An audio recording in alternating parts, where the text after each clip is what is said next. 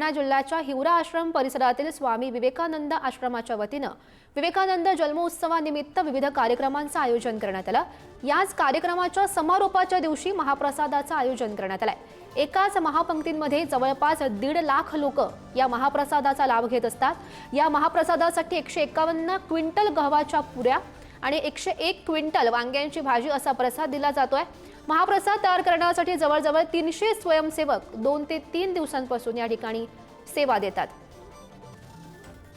बुलढाण्याच्या हिवरा आश्रम या ठिकाणी स्वामी विवेकानंद आश्रमाच्या वतीने दरवर्षी स्वामी विवेकानंद यांचा जन्मोत्सव मोठ्या हर्ष उल्हासात साजरा होत असतो आणि आपण जर पाहिलं तर याच निमित्ताने आज या संपूर्ण कार्यक्रमाचा जो आहे आज समारोप असणार आहे। महापंक्तीने हा समारोप होत असतो आणि खरं तर या संपूर्ण कार्यक्रमासाठी राज्यातूनच नव्हे तर देशभरातून भाविक जे आहेत या ठिकाणी दाखल होत असतात आणि याची संपूर्ण तयारी झाली आहे। थोड्या वेळातच या ठिकाणी महापंक्तीला देखील सुरुवात होणार आहे।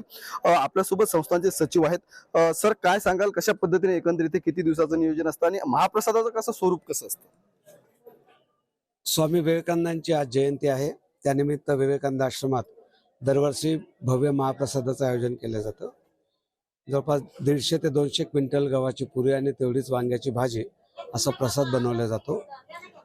सामुदायिक एकता, ज्ञान विज्ञानाचा प्रसार करणारा विवेकानंद आश्रम या जयंतीनिमित्त या महाप्रसादाचे आयोजन करतो।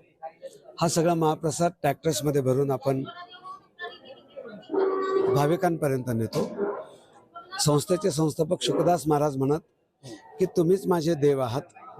विवेकानंदांचा विचार होता की each soul is potentially divine, प्रत्येक व्यक्तीमध्ये परमेश्वराचा अंश आहे आणि तोच खरा धर्म आहे। माणसाला खरा धर्म कळावा, माणसाचं माणसाशी नातं जोडलं जावं, तो वेगळा मी वेगळा, तो या जातीचा मी त्या जातीचा, हा भेद नष्ट व्हावा, हेच विवेकानंदांना अपेक्षित होतं। विवेकानंदांना अपेक्षित असलेले विचार, त्यांचा तत्वज्ञानाचा प्रचार आणि प्रसार, त्याचं एक माध्यम म्हणून या महापंक्तीचं आयोजन केलं जातं। संदीप वानखडे, पुढारी न्यूज, हिवरा आश्रम, बुलढाणा।